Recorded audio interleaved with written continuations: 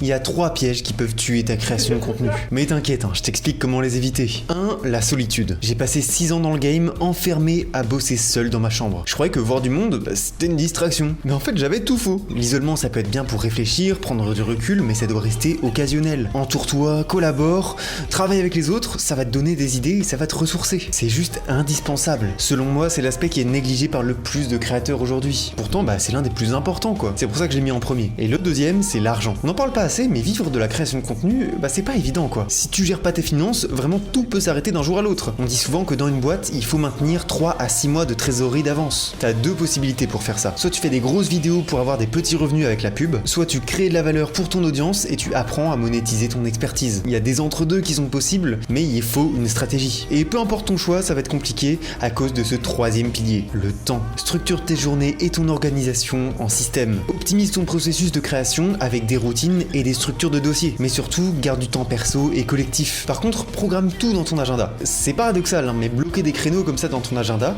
ça va te faire sentir plus libre. Si tu veux mes méthodes pour gagner du temps, sortir de la solitude et générer tes premiers revenus, commente Scale et je t'envoie mon kit de contenu personnel.